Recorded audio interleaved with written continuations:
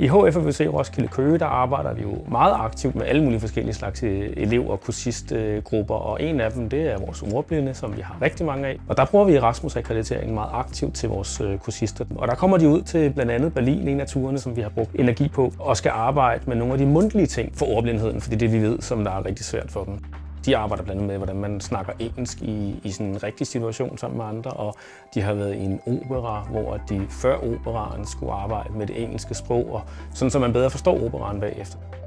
Det handler især om, at når de kommer ud, så får de mulighed for at træne nogle færdigheder, som de ikke træner herhjemme i den normale skolegang, hvor vi jo går ind i et klasselokale og går ud igen. Og selvfølgelig har man særlig ordblindeundervisning, som vi også har. Men at komme ud og afprøve det i den virkelige verden et helt andet sted, end de normalt er i, det er det, som der ligesom træner nogle af de færdigheder, som der skal ned på skrift bagefter.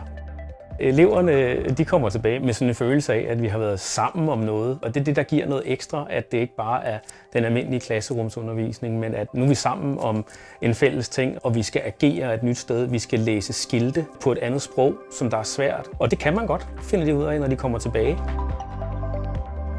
Vi er en institution, der rummer både de helt unge og de helt gamle, og dem fra det ene sted og det andet sted, og diagnoser, så vi prøver faktisk at være rummelige og mangfoldige, men samtidig give mulighed for dem, som der er så forskellige, til at forstå, hvorfor andre er forskellige, og så tage det ind til sig, og så leve i den positive forskellighed, som mangfoldigheden i virkeligheden skaber.